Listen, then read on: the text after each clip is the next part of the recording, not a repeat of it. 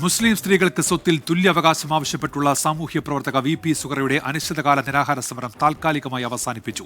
സമയപരിധി കഴിഞ്ഞതിനെ തുടർന്ന് Delhi police we P സുഹറയെ കസ്റ്റഡിയിലെടുത്ത് വിട്ടയച്ചിരുന്നു. കേന്ദ്രമന്ത്രി സുരേഷ് ഗോപി സംസാരിച്ചതിന്റെ അടിസ്ഥാനത്തിലാണ് താൽക്കാലികമായി സമരം അവസാനിപ്പിച്ചത്. വി പി സുഹറയുടെ ആവശ്യങ്ങളിൽ കേന്ദ്രമന്ത്രിമാരുമായി സംസാരിച്ച് തുടർ സാധ്യതകൾ തേടുമെന്ന് കേന്ദ്രമന്ത്രി സുരേഷ് ഗോപി 24 പറഞ്ഞു. മാതാപിതാക്കളുടെ സ്വത്തിൽ മുസ്ലിം പുരുഷന് തുല്യമായ അവകാശം സ്ത്രീക്കും അനുവദിച്ചു കിട്ടുന്നതിന് വേണ്ടിയാണ് സാമൂഹ്യ പ്രവർത്തകയും എഴുത്തുകാരിയുമായ വി പി സുഹ്റ ഡൽഹിയിൽ അനിശ്ചിതകാല നിരാഹാര സമരം ആരംഭിച്ചത്. രാവിലെ 10 മണിക്ക് ജന്തർ മന്ദറിൽ ആരംഭിച്ച ഒറ്റയാൾ സമരത്തിന് ഉച്ചയ്ക്ക് 1 മണിവരെയാണ് പോലീസ് അനുമതി നൽകിയത്. 1 മണിയോടെ പോലീസ് സമരം അവസാനിപ്പിക്കാൻ ആവശ്യപ്പെട്ടെങ്കിലും ആവശ്യങ്ങൾ അംഗീകരിക്കാതെ പിന്മാറില്ലെന്ന് സുഹ്റ വ്യക്തമാക്കി.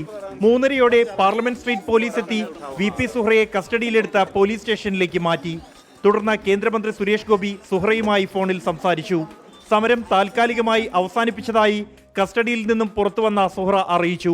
താൽക്കാലികമായി അവസാനിപ്പിക്കുന്ന പക്ഷെ തുടരൂലെന്ന് പറയാൻ പറ്റില്ല, പോരാട്ടം തുടർന്നുകൊണ്ടേയിരിക്കും. അപ്പോൾ അതിനിടയിൽ ഇപ്പം മിനിസ്റ്റേഴ്സ് ആരെങ്കിലും, അതാണ് ഞാൻ 2 ദിവസം കൂടുതൽ എടുത്തത്. അപ്പോൾ മിനിസ്റ്റേഴ്സ് ആരെങ്കിലും വിളിക്കാൻ ഇപ്പം വന്നല്ലോ, ഒരു വിളി വന്നല്ലോ. പ്രിയങ്ക ഗാന്ധി നമ്മളെ MP അല്ലേ, അപ്പോൾ അതുകൊണ്ട് ഒരു വനിതയും കൂടിയാണല്ലോ.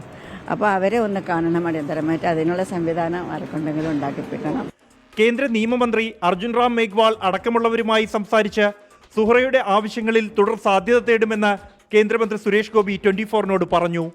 3 ദിവസം കൂടി ഡൽഹിയിൽ തുടരുമെന്നും പ്രിയങ്ക ഗാന്ധിയെ കണ്ട നിവേദനം നൽകുമെന്നും സുഹ്റ വ്യക്തമാക്കി. CPI ദേശീയ സെക്രട്ടേറിയറ്റ് അംഗം ആനി രാജ, CPIM പോളിറ്റ് ബ്യൂറോ അംഗം ബൃന്ദ കാരാട്ട് എന്നിവർ സുഹ്റയ്ക്ക് പിന്തുണ അറിയിച്ചു. 24 ഡൽഹി.